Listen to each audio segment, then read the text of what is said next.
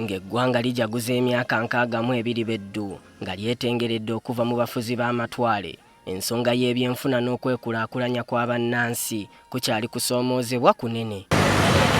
Bwe gutuuka ku babeera mu misoso gy'ebyalo gujabagira kubanga abawangaalirayo obwavu bulinga obwafuuka ekitundu ku bo. Kino kiwalirizza abantu bangi okwongera okutakula emitwe okusobola okubeezaawo obulamu nga buli we bawulidde nti wayinza okuvaawo 10 tebalutumira mwana.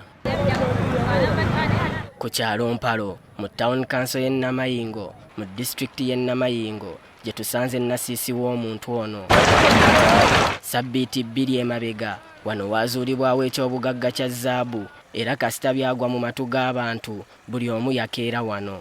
Twali mu kusimba bigogo twafuna ebibaalebaale twabisuubirikiza mu nti bino tibiri mu golodi twaleeta ebbafu twatukola ku sampo twajja okola tuti tukola sampo nga biraga oti twasima ku twasima ku bibaafu bibiri twajja budde twajja okusya nga tufuna mu emitwalo 2,640.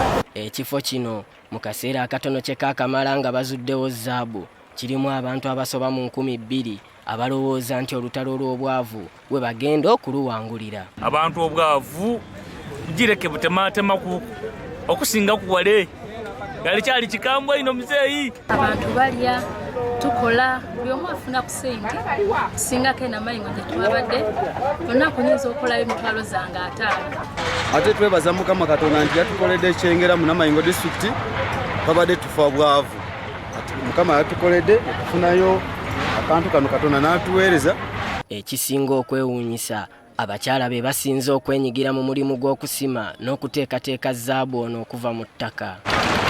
Saala Nalubanga atusuniddeko nti wiiki ewedde yokka akoze ensimbi ze yali talootangako. Akufuna obukadde 10 era buli ku akawunti yange nga tofuna sente ate n'oziteeka ku ssaabu oba olaba tulinga tuli mu owini. Eky'obugagga kino kisitudde abeebule n'ebweya nga nabo bajja okwenogera ku nnusu.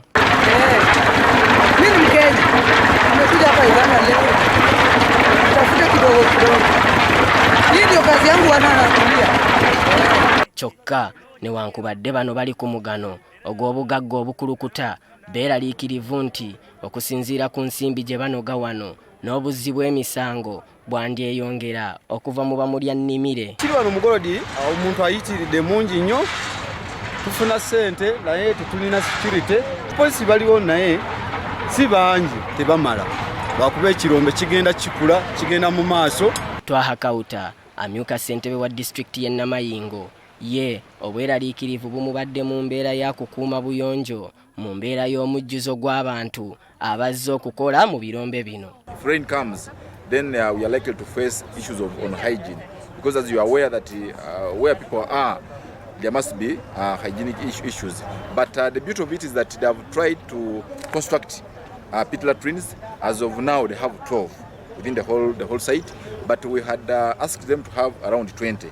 So by close of this week they shall have got that number. Kilo 780 eza gold ze zisimibwa buli mwaka mu Uganda ku mutendera gwa lejjalejja ng'era abantu abasoba mu mitwalo 3 okwetooloola eggwanga be beenyigira mu mulimu guno era ng'okusinziira ku bbanka y'eggwanga enkulu omwaka gwa 2023 Uganda yafuna ensimbi ezisoba mu $2,300 obwa ddoola mu kutunda gold ebweru.